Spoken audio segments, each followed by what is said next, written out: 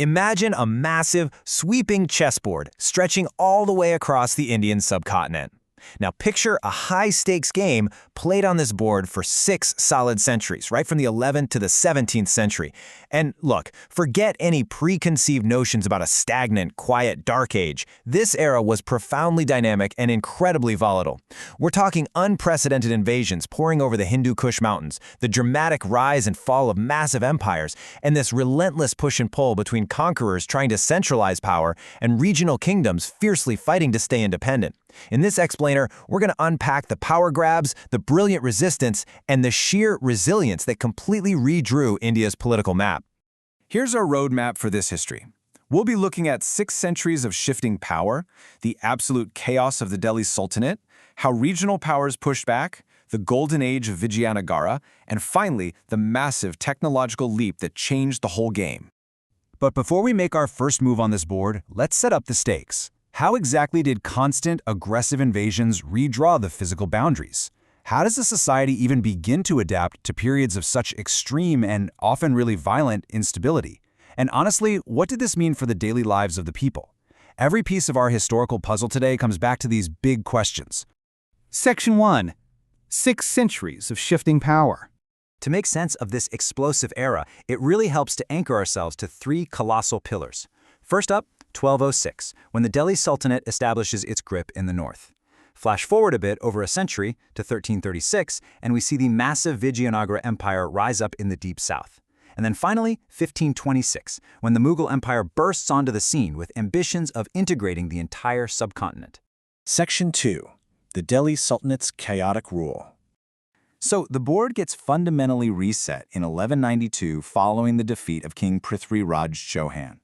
This totally clears the way for 5 successive foreign dynasties of Turkic, Afghan origin to rule from Delhi. But here's the kicker. Their rule was defined by a staggering level of instability. Sure, they expanded rapidly, but the internal politics were intensely violent.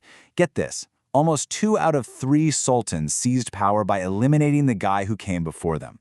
Just think about that level of paranoia at the top. You essentially had a revolving door of absolute power and sudden death, meaning the average reign lasted barely 9 years. You might be wondering, how do you even sustain an empire that massive and unstable? Well, through a plunder economy. The Sultanate basically bankrolled its expansion and its luxury by raiding cities and taxing heavily. But it wasn't just about grabbing wealth. This period was deeply marked by iconoclasm. That's the ideological rejection and literal physical destruction of religious images deemed idolatrous.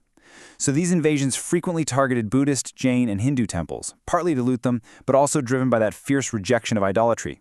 A really striking example is the Quwwat-ul-Islam Mosque in Delhi. It's an edifice of power that was quite literally built using materials stripped from 27 destroyed Hindu and Jain temples. This actually brings us to a wildly fascinating historical paradox. During the reign of Alauddin Khilji, right around the turn of the 14th century, on one hand, Khilji sends his general, Malik Kafur, to ruthlessly sack and plunder incredibly wealthy southern Hindu centers, places like Srirangam and Madurai. The goal? Finance a massive military machine.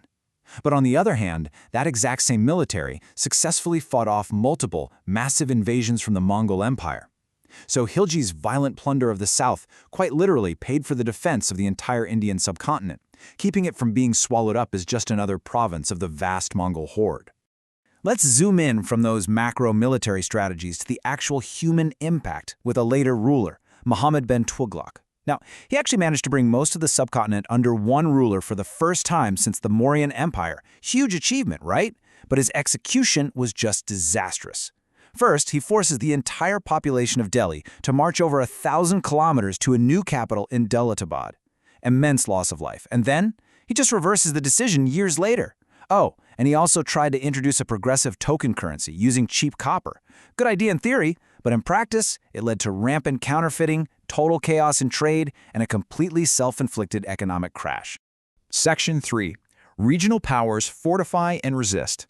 Now, the Delhi Sultanate was undoubtedly a centralizing powerhouse, but the rest of the board, they didn't just sit there and take it. We see some brilliant forms of resistance. Over in the east, the Eastern Ganga kingdom of Kalinga repeatedly beat back the Sultanate's forces. Their ruler, Narasimhadeva I, celebrated this resilience by building the absolutely breathtaking Surya temple at Konark. It was a massive statement of cultural brilliance.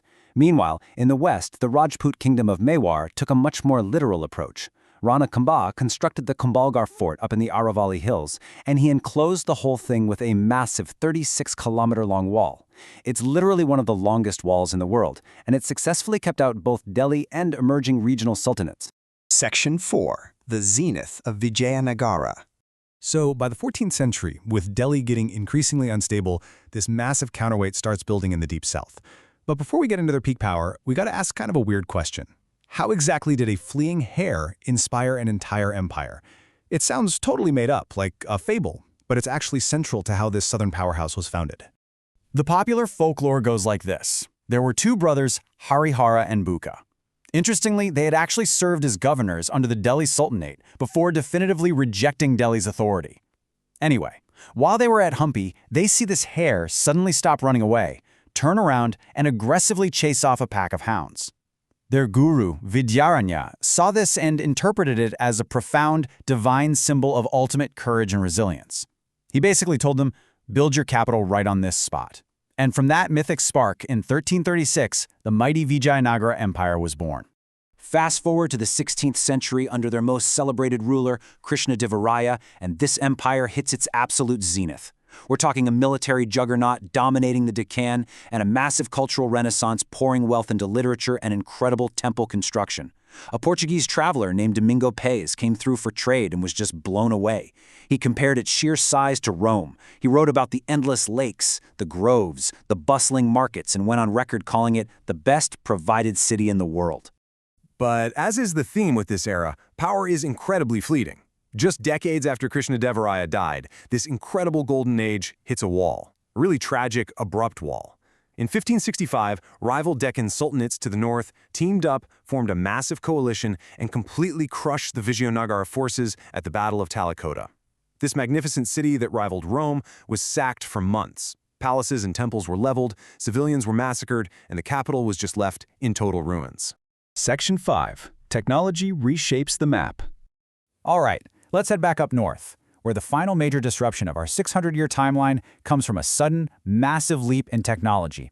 The year is 1526, and the entire Delhi Sultanate era is violently ended at the First Battle of Panipat. You have Babur, a Turkic-Mongol descendant of Timur, facing off against Ibrahim Lodi, the last Delhi Sultan. But Babur brings a real game-changer to the subcontinent: gunpowder, field artillery, and matchlock guns. In an instant, traditional cavalry charges and thick fortress walls were completely obsolete. Babur wins a decisive victory, and boom, the foundation of the mighty Mughal Empire is laid. But Babur, much like the entire era we're looking at, was deeply, deeply complex. It's another crazy historical paradox. On one side of the ledger, Babur was a terrifyingly ruthless conqueror. To project sheer dominance, his armies slaughtered populations, enslaved civilians, and erected literal towers of skulls. Yikes, right? But on the exact same ledger, he was this curious, meticulous scholar. He wrote detailed memoirs, the Baburnama, where he completely geeks out over India's local flora, fauna, and architectural achievements. Establishing the Mughal Empire wasn't exactly smooth sailing, though. Babur's son Humayun totally fumbled the bag and lost control of the empire. Into that void steps Sher Shah Suri, a really powerful Afghan leader who creates the brief Sur Empire and actually rolls out some brilliant, lasting administrative reforms. Then, a highly capable Hindu minister and general named Himu manages to capture Delhi and rules briefly as Hemchandra Vikramaditya. But finally, in 1556, Babur's grandson, a young guy named Akbar, crushes Himu at the Second Battle of Panipat, executes him, and locks down Delhi for the Mughals once and for all. And that brings our massive 600-year chessboard to a close. Think about everything we just unpacked. Chaotic 9-year reigns, empires funded by plunder and smashed temples, giant defensive walls, a southern empire sparked by a brave hare that grew to rival Rome, and finally, the world-shaking boom of gunpowder. So I want to leave you with this. After 6 centuries of such extreme violence, brilliant pushback, and technological upheaval, how did this massive clash of completely different cultures and civilizations forge the very foundations of the modern Indian identity we recognize today? The political lines were drawn with blood, stone, and gunpowder, but the cultural synthesis it left behind? We are literally still exploring it. Keep questioning the history that shapes our world.